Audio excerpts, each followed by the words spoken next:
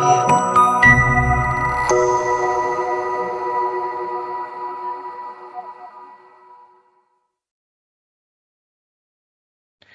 Bismillahirrahmanirrahim. Assalamualaikum warahmatullahi wabarakatuh. And a very good morning. So you see, this is actually a lecture 4.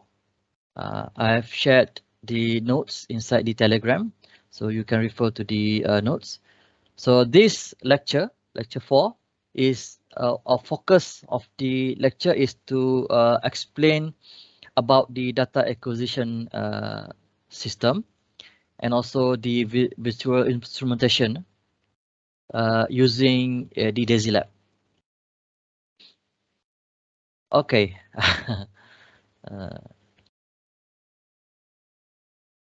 I just look at the transcript to see whether the sentence that come up to that written by the Microsoft Teams is correct or not in the transcript. But however, we proceed with the lecture. Okay. So moving towards the pages of the lectures. So this lecture is intended to or aim, the objective of this slide or these notes is to show you how that physical engineering quantities is transformed into an electrical signal by using by the medium of DAQ, data acquisition. So basically, we want to know how the DAQ works. Okay, and then later on in lab session, I'll bring the DAQ to our classroom, and then hopefully that at that time you bring your computer, and then with the DASY lab already installed, and we're gonna connect the DAQ with the DASY lab, and then we're gonna use some sensors to create a virtual instrumentation system.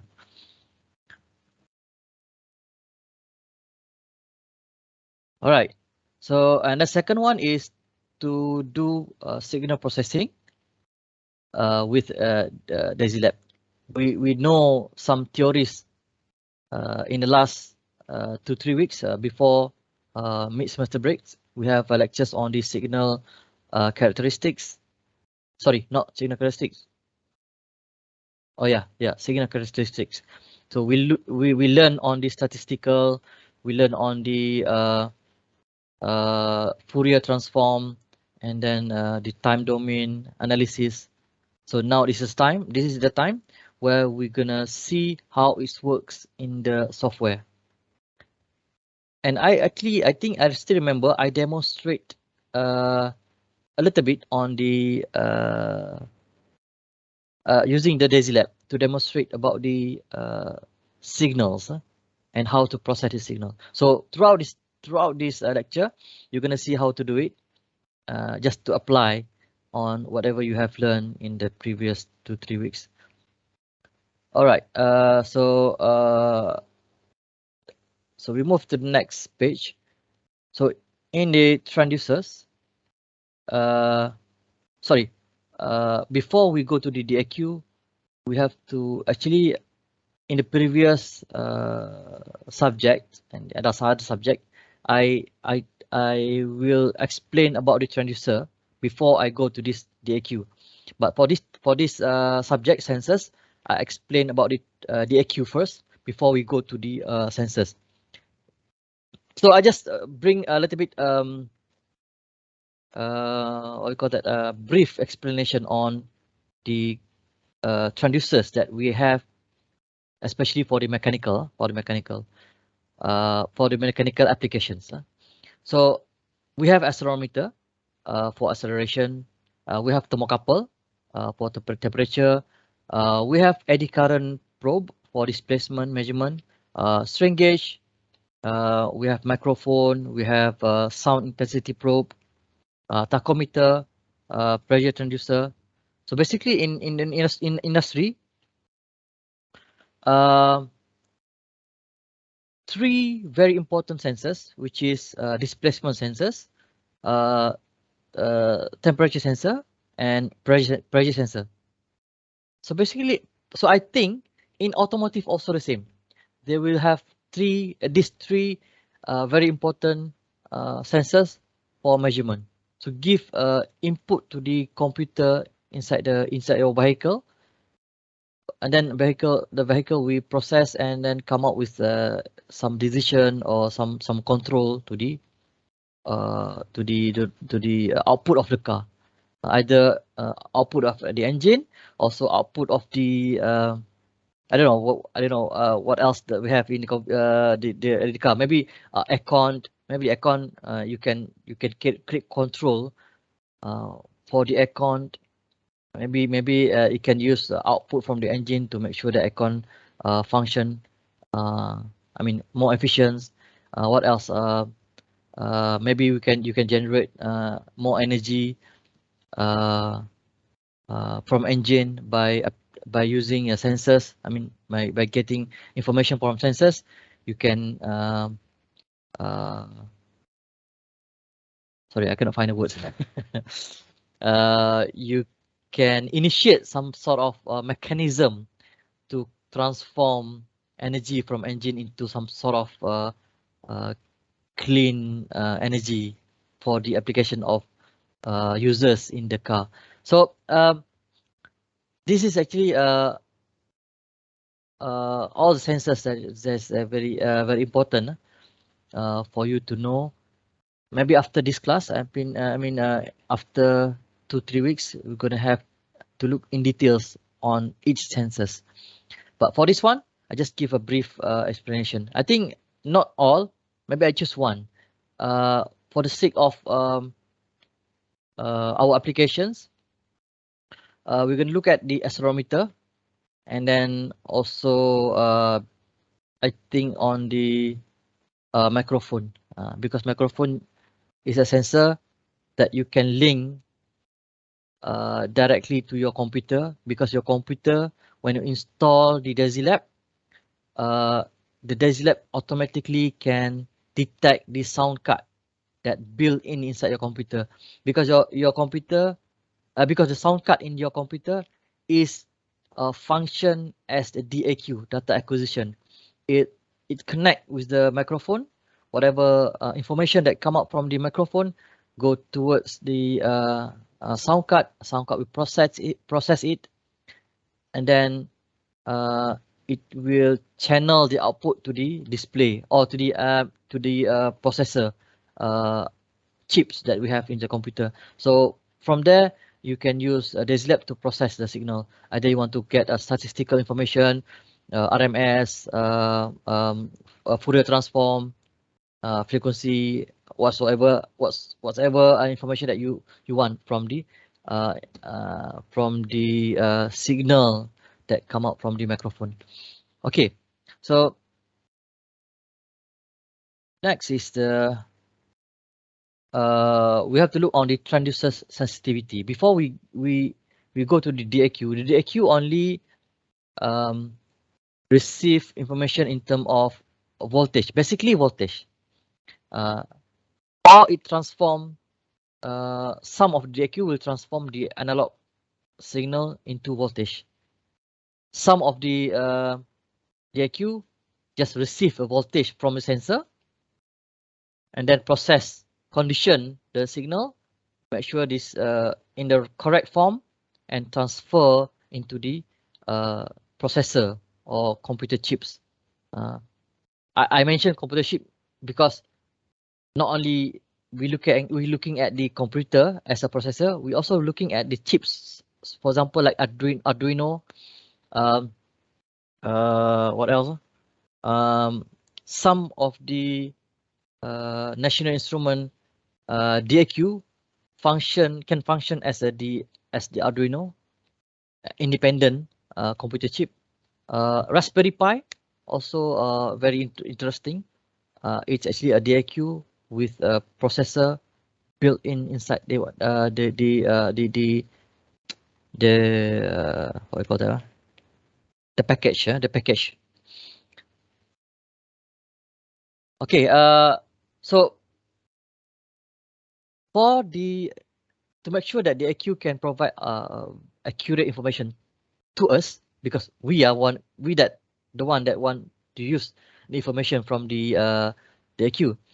So we need to have some conversion between the physical quantity to the electrical voltage. So the conversion factor, we call it as a sensitivity. For example, if we have in this slide, we have a accelerometer. So if the computer showing 100 millivolt value, sorry, I rewind that one. If we have accelerometer that the specification, in the specification it says it have 100 millivolt per G, as shown in the slide. Okay, so this one, 100 millivolt per G. What it means? It's actually telling us that every G is 1 meter over second square. 1 meter saat kuasa 2. It's a G, 1 G. Sorry, it's not 1 millisecond per G. It's actually a 9.81 meter over second square. So it's equal to 1 G. So every 1 G, the output from accelerometer will give about 100 millivolt value. Okay, so you can estimate lah.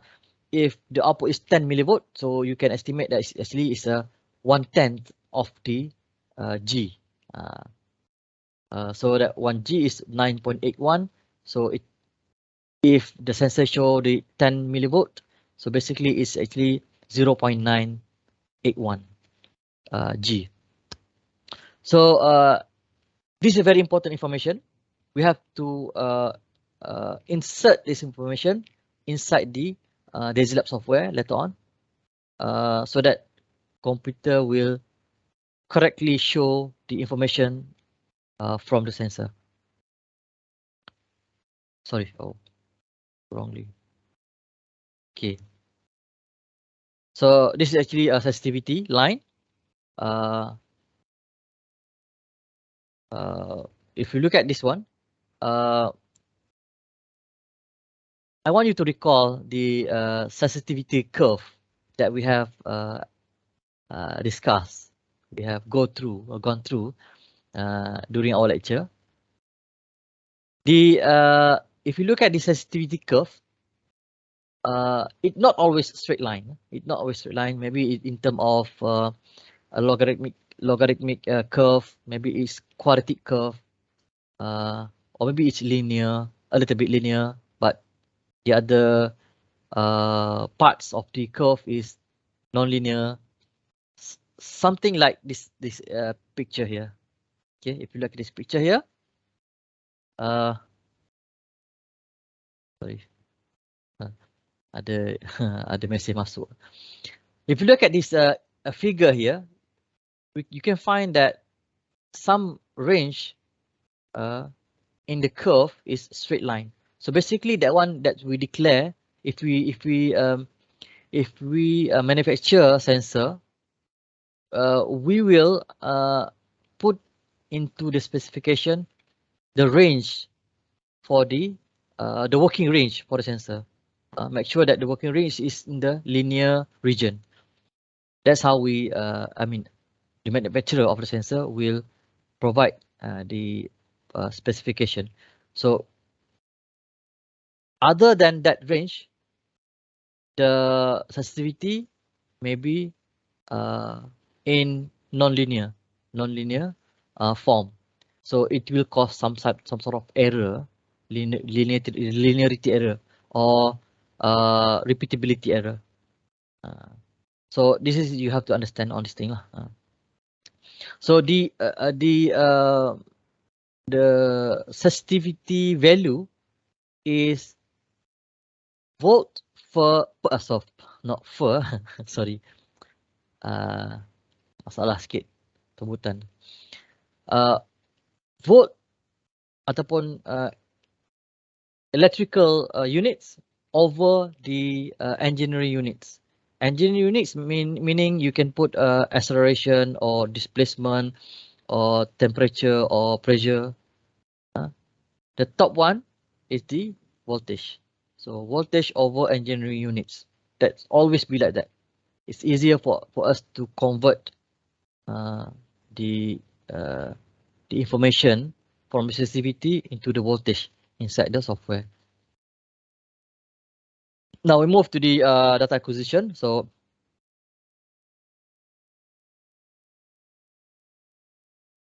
basically, if you still remember what we have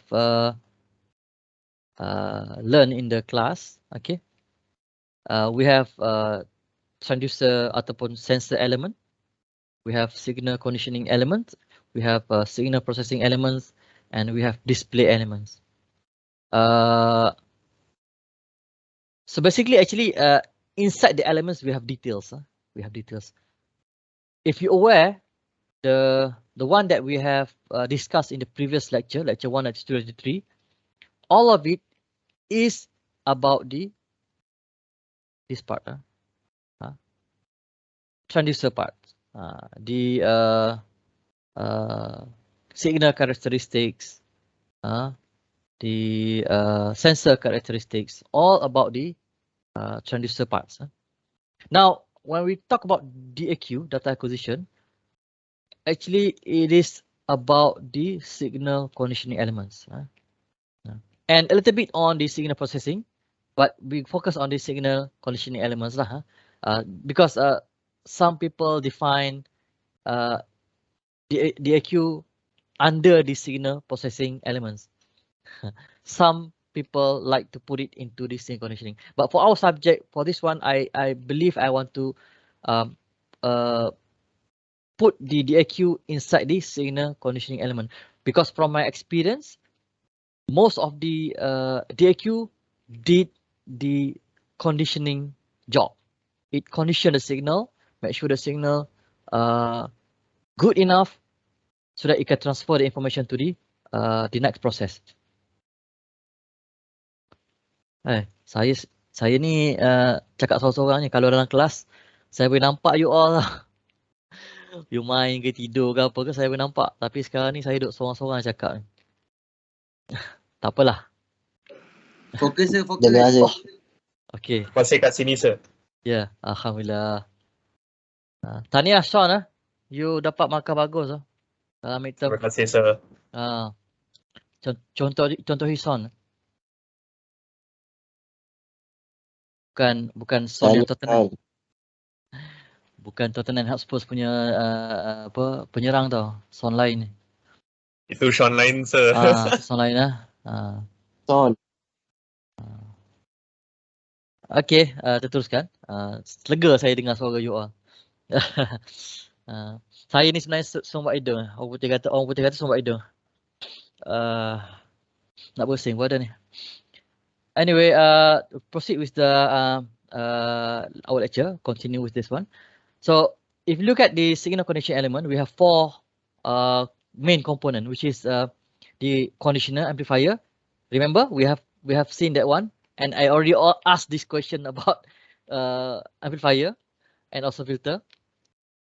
So first part is the conditioner and amplifier, and second part is anti-aliasing and sample and hold, and the last one is of course the analog to digital process.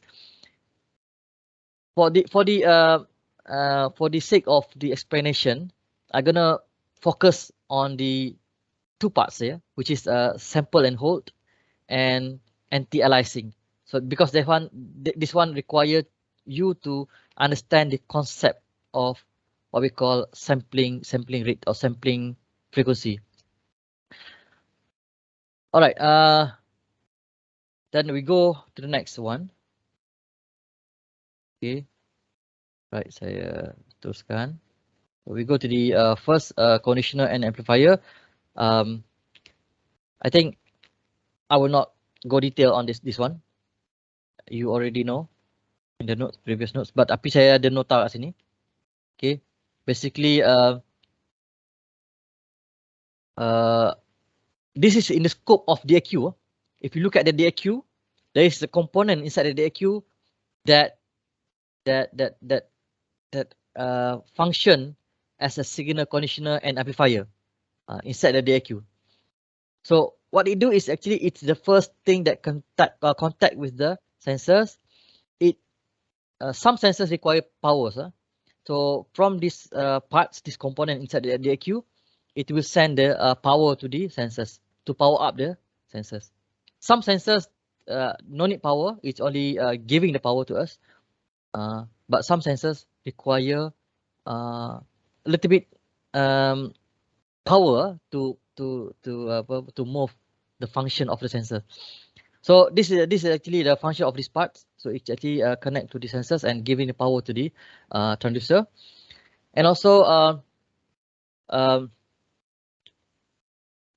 condition the signal from the transducer into voltage proportional to the measured physical quantity, to make sure that the quantity that we see inside the computer is actually proportional to the signal that come in to the our system lah. And also, of course, this to amplify the voltage if voltage is too low. And also, in this scope, what it do is amplify the signal so that it will make sure the signal to noise ratio is high. SNR, signal to, because the DAQ will receive the signal. The DAQ also have its own noise, electrical noise. It have some sort of electrical noise, very I mean all the electrical electronics, all the electronics component have its own electrical noise.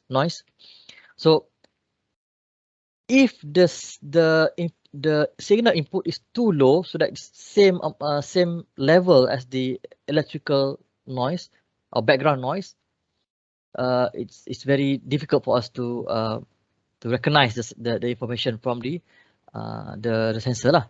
So that's why you have to amplify the input, so make sure it have good amplitude or good signal to noise ratio, and also it make sure that we can digitalize the signal properly. Ni kita akan tengok depan ni. We will look at this one after this. What does it mean by digitalization error? So if the signal is too small, it will may have the very huge error in terms of digitalization process. So we could look at in the next slides after this. Okay, and then now we look at the sample and hold. So this is actually just electrical components. What you do is it hold the signal to sample, and then it convert into the digital. Whatever signal that comes into the DAQ, it will hold and then sample and then convert into the digital. So look at this one. So imagine that we have a small signal, analog signal. The line here is what we see, what is experienced by the sensor, but the dotted here is the one that seen by the computer. Because computer function as a digital. So it see the digits. But it's the DAQ, the one that come up with the digits. The DAQ will come up with the digits. The computer will see the digits. Okay. So that's a function of the DAQ lah. So if we have a signal as this one, signal ni, kan? The analog signal. I mean, sorry, I try to find the correct words. Otherwise, I cannot explain properly. I mean, the more sample is better because it will represent the original signal by the analog signal, from the sensors. But the problem is if the DAQ generate a lot of sample, it will sacrifice the storage. Okay, because sometimes we only want to see a short signal, and then there is a lot of sample coming out from DAQ. Although it's a short signal, it will give a it will impact the size to the storage. Imagine that also in monitoring of this of the in the industrial application, we monitor that one 24 hours. So if we cannot optimize the numbers of sample, we may sacrifice the storage of the signal. Okay, so how can we optimize the numbers of sample? That this is actually the function of this slide, to see what we can do to make sure that the correct number of samples can represent, cannot sacrifice the original shape of the signal. So first we see the definition of the a very important terminology. First is sampling frequency. What is sampling frequency? It's actually how much sample that can be provided by the DAQ per 1 second. Per 1 second. Let's say 1 second we have 10 sample, so it is 10 Hz. Okay, 10 Hz sample. Okay. Biasa kita dengar usually we heard about the cycle per second. 10 cycle per second. So that 10 Hz. For example, this one. Imagine that this one is 1 second. Okay, this is just 1 second. So how many cycles do we have? 1, 2, 1. Sorry, 1, 2. Sorry, saya silap. 1, 2, 3, 4. Ada 4 cycle. So it's 4 Hz. So sampling frequency is not like that. It's actually a number of sample per second, not number of cycle. Okay, so do not confuse with that. So sampling frequency is number of sample per second. Also, we can mention in terms of sampling period. I mean the distance between each sample. For example, see this one. Sorry, saya padam sikit ni. Banyak sangat confused. So if you look at this one, okay, the distance between samples, if we call a sampling frequency or sampling periods, there's a lot of names for them. The relation between sampling frequency and sampling period is sampling frequency is equal to 1 over TS, or sampling period. All right. With that, I will show this one. This is just another representation of what I mentioned just now. Imagine that we have a times 10 second, time 10 second, and then only one cycle. So 1 cycle per 10 second mean it's 0.1 Hz. So frequency of the signal is 0.1 Hz. Okay. Look at the terminology that I use here. I put it F. F is equal to 0.1 Hz because 1 cycle per 10 second. But if I said sampling frequency, so Fs is equal to how many samples that we have?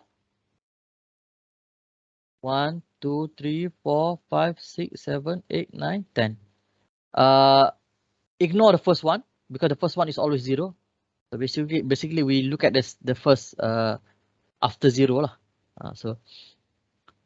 So we have 10 sample in 10 seconds.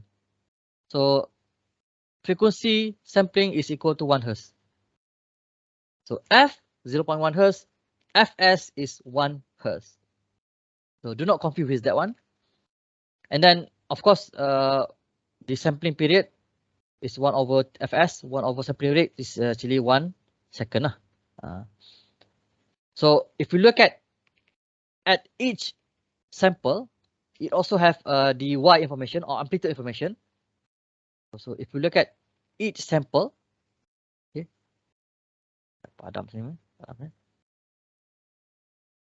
if we look at each sample, it also have amplitude information. For example, sample number 0, amplitude information is 0. Sample number 1, okay, it is in the first second.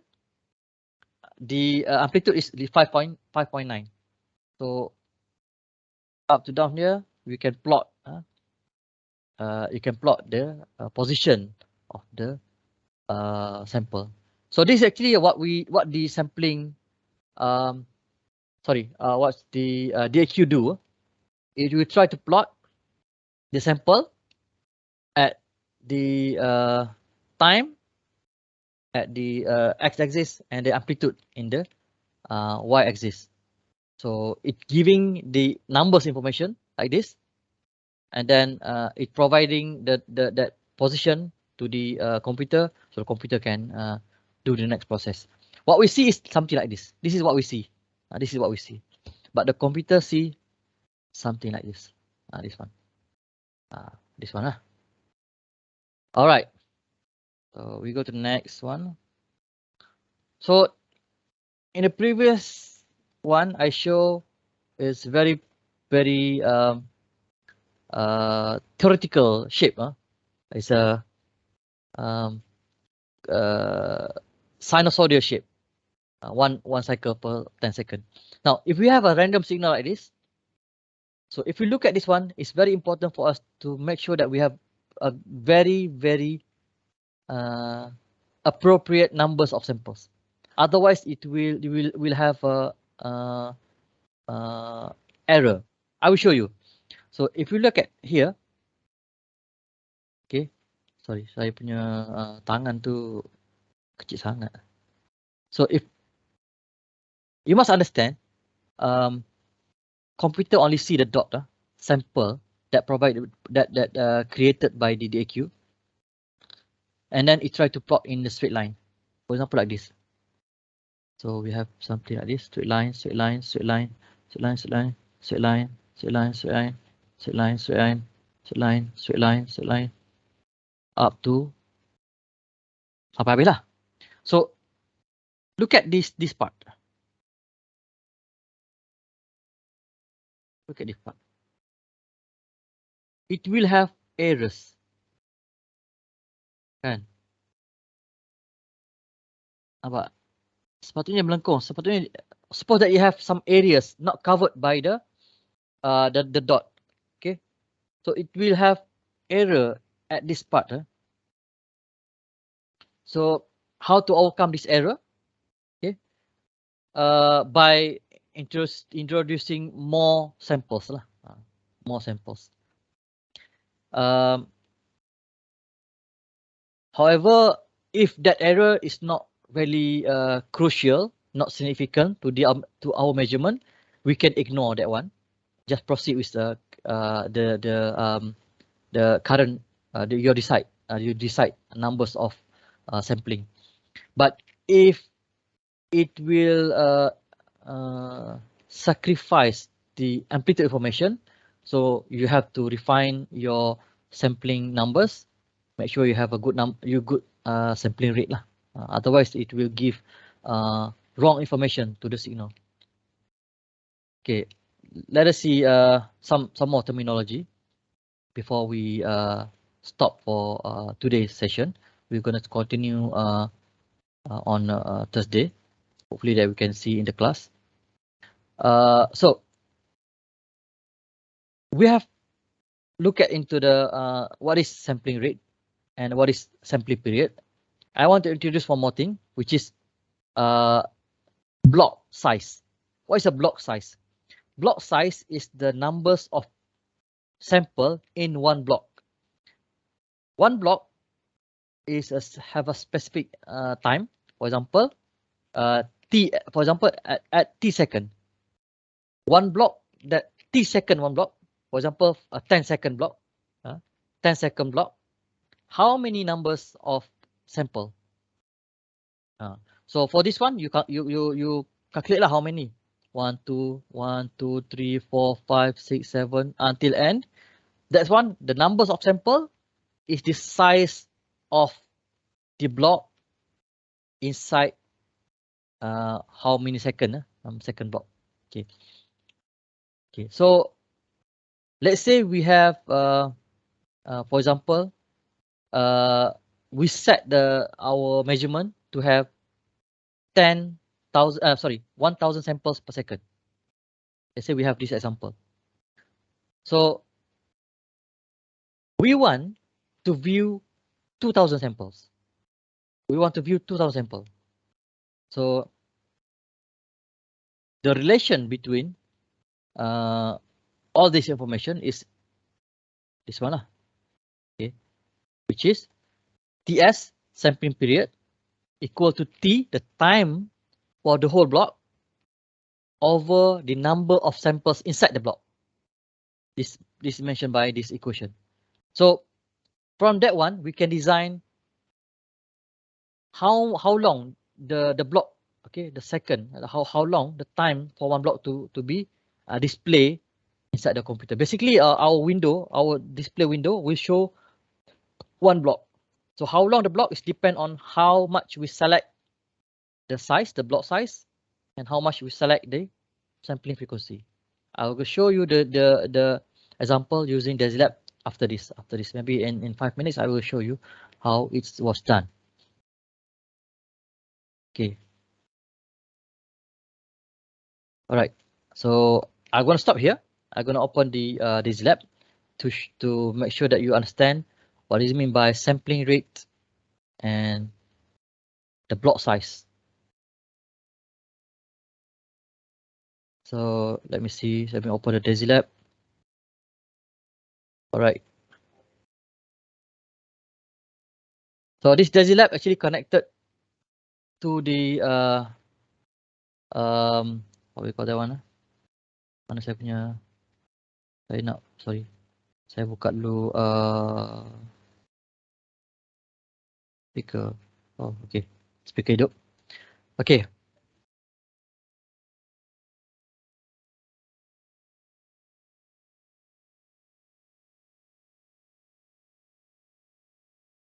Okay. Speaker hidup. Alright. So this is actually DesiLab. Some of you are familiar with the DesiLab, but for those who are not familiar with the DesiLab, this is actually the working area for the DesiLab. So first, when you have a DesiLab, you must set the sampling rate for the measurement and the block size. So I look at the nak keluar cursor. So look at this one. So this is actually a to D analog to digital setup. So I double click. So automatically for the sound card, it will show 11.025 kilohertz or 11,000 hertz. For the sake of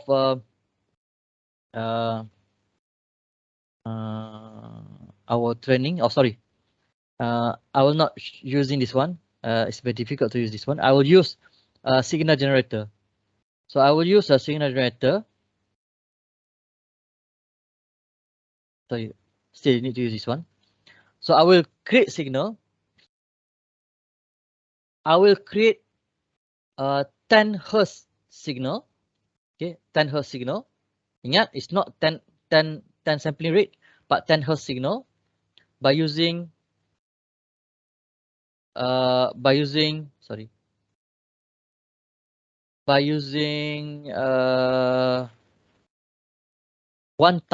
sampling rate.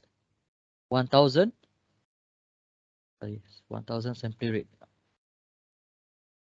1,000 hertz.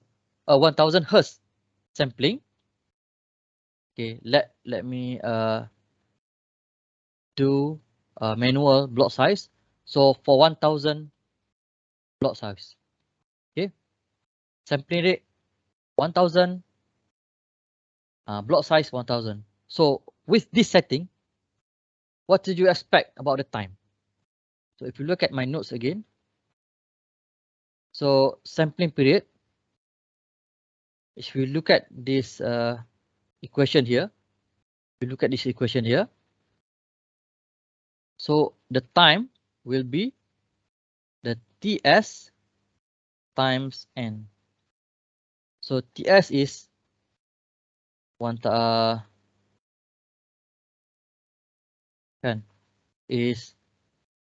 over Fs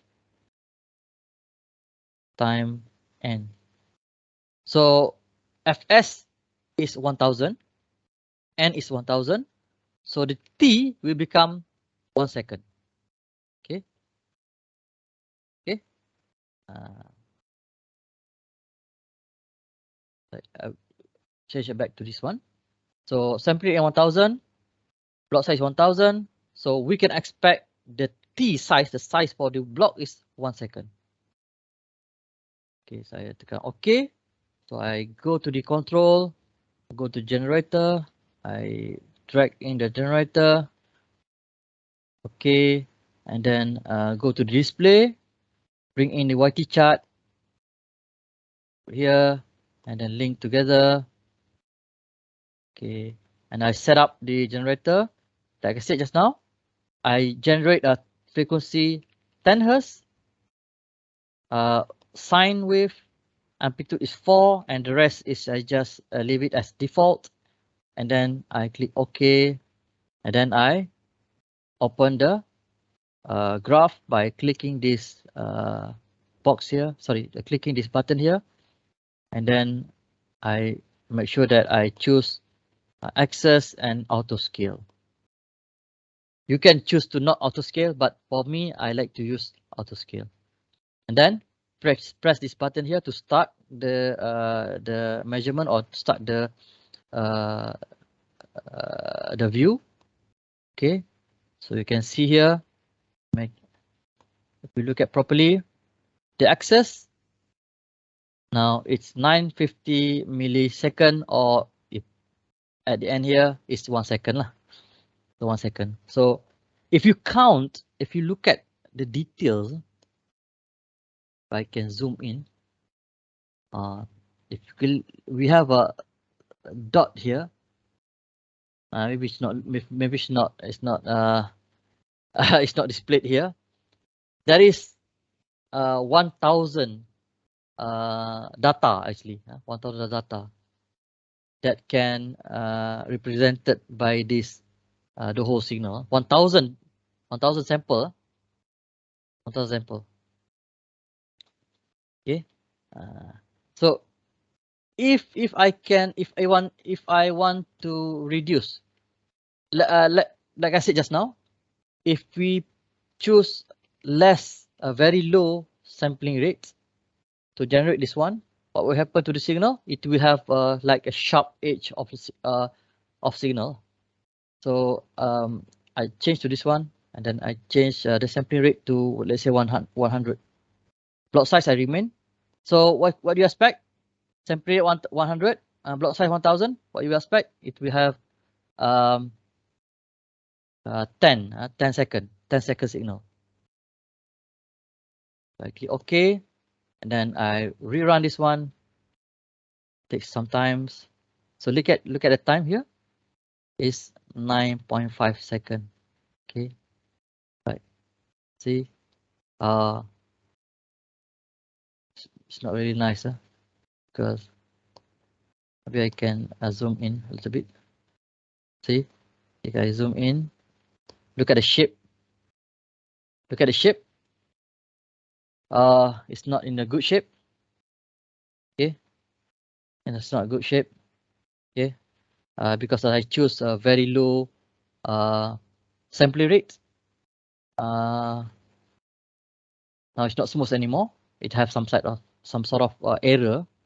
Like I said, at the top of the signal is we have like digitalization error. See, it's not smooth. It's flat. See all this shape has a sharp edges. So you play around with this one. If you download the DaisyLab, just play around with the setting for sampling and block size. You can have the idea of what's happening in the view, in your view during your setup. All right, so with that, I think it's 11 o'clock. It's actually, sorry, because it's past 1 minute after 11 o'clock. So with that, I think I will end up our session for today. Okay, we continue on Thursday with the next page, which is the amplitude resolution. So thank you very much for your attention. We meet again on Thursday. I will check the attendance from the transcript that provided by Microsoft Teams. Thank you very much. Assalamualaikum warahmatullahi wabarakatuh. Bye-bye.